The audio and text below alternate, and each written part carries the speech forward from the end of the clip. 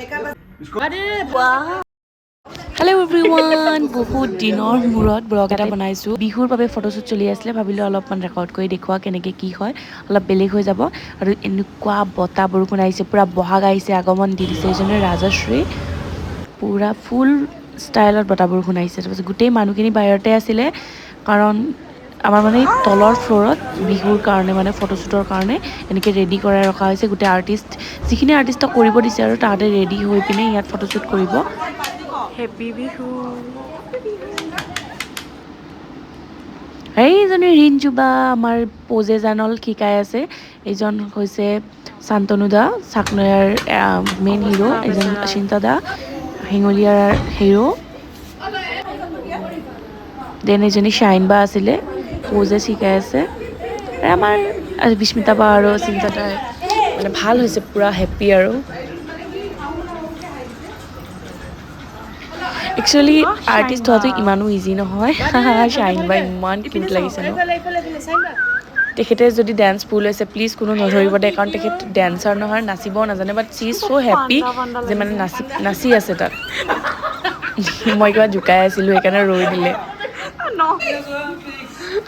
আৰু মই এই কথাটো এইকাৰণে কৈছোঁ যে মানুহবিলাকে ইলজিকেল কিছুমান কথাটো মানে ধৰে, বা মই এইটো নাভাবোঁ যে ডান্স জানিবই লাগিব। ময়ো ডান্স কৰিব নাজানো, বাট মানুহে হেপ্পী হ'লে চবেই ডান্স কৰে, চিম্পল।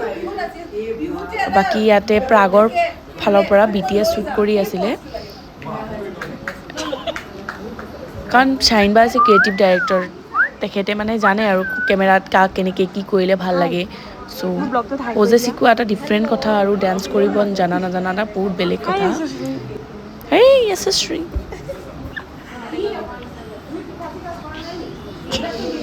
আমাৰ অচিন্তা দাই অকণমান ডান্স কৰিব মানে টান পায়, বা নাজানে একচুৱেলি, সেইটো কাৰণে।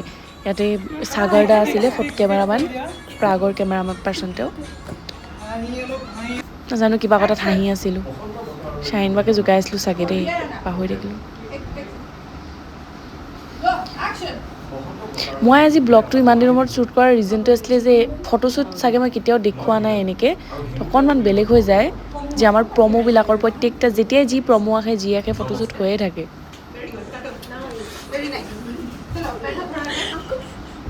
আৰু ইয়াত কিবা কথাত সিহঁতে হাঁহি আছিলে, পূৰা একদম দাঁত উলিয়াই উলিয়াই হাঁহিছে। এতিয়া আমাৰ BTSত গান গাব মানে, আৰু এজনী সংগীতা বা গোটেইবিলাকে বহি পিনে মানে গান গাব, তাৰে কাৰণে পূৰা ৰেডি। তাত মই নিজেও এড হৈ গ'লোঁ অলপ পিছত, কিন্তু মই গম পোৱা নাই কেনেকৈ এড হ'লোঁ। মাজত শান্তনু দা বহি আছে।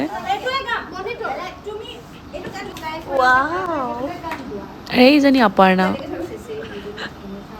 ৰিচা বা ইজ চ' কিউট না, চ' লুকিং লাইক চাইনিজ ডল।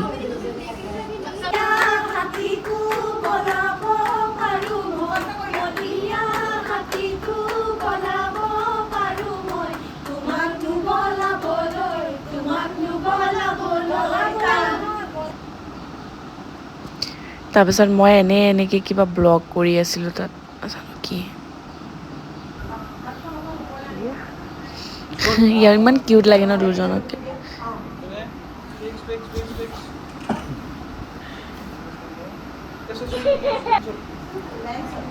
কিবা এটা মই কৈ আছিলোঁ চিন্তু দাক। চবৰে গা বেয়া হৈ গৈছে, ৰাতিপুৱাৰ পৰা শ্বুটিং কৰি আকৌ ফটোশ্বুটৰ কাৰণে ৰেডি হৈ। এইজন গজেন্দা আজিৰ কাৰণে অবিস্মিতা বা আৰু অচিন্তা দা কাপল। মানে বেকগ্ৰাউণ্ড যিয়ে হৈ নাথাকক, কেমেৰাত পাৰফেক্ট লগাটো বহুত দৰকাৰ। মই গজেন্দাক কিবা এটা কৈ আছিলোঁ। আৰু এই মানুহটোৱে মোক দেখিব পাৰে নে নোৱাৰে বুজি নাপালোঁ। C is my best friend, চবে জানে, গোটেই ৱৰ্ল্ডখনে জানে।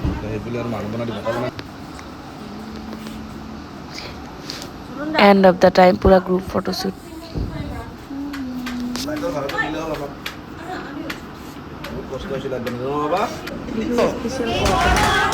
তাৰপিছত আমি গজা আনে খজা আনে কি বুলি কয়, মই ওপৰত আমাৰ শ্বুটিঙৰ চেটত আহি পিনে গজা খজা খালোঁ। দেন মই কৈছিলোঁ নহয় ময়ো এড হৈছিলোঁ গানটোত, এইটো।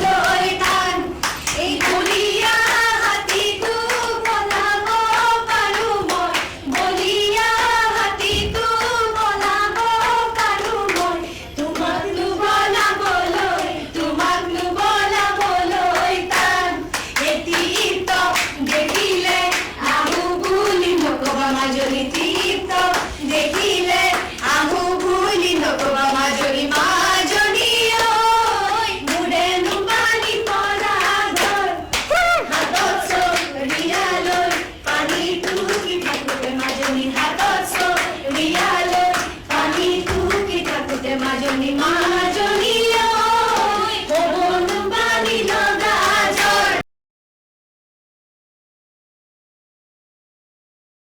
তাৰপিছত এনেকৈ ময়ো অকণমান জেতুকা লগাই মেহেন্দি লগাই ল'লোঁ আকৌ মই মেকআপ ৰুমত আহিছোঁ এইবিলাক এনেই আৰু আমাৰ কুমকুম মাজনীৰ পৰা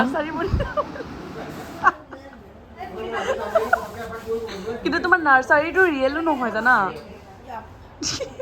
বাট ইউ লুক চ' কিউট অহ কিন্তু মোক দিয়া নাই কোনেও কোনোবাটো গিফ্ট কৰিব পাৰে ন সেইটো হয় গাইজ আপোনালোকে শুনি আছে বেড লাক সঁচাকৈ দেই ইমান মানুহে ভাল পায় ন কোনোবাটো দিব পাৰে মেকআপ আছে সেইকাৰণে কপালখনে বেয়া মেকআপ নাথাকা হয় মাৰি দিলোঁ হয় কপালখন এনেকৈ দিছোঁ কপালৰ ভিতৰত পইচা নহয় এতিয়া মোক কি লাগে লাখহে লাগে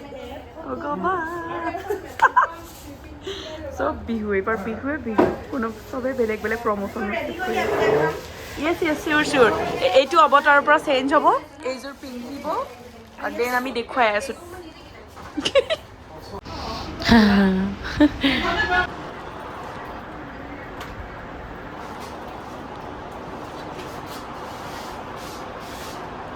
সুন্দৰী সুন্দৰী চব Thank you everyone for watching this vlog. Like, share and subscribe. Bye bye and happy Bihu.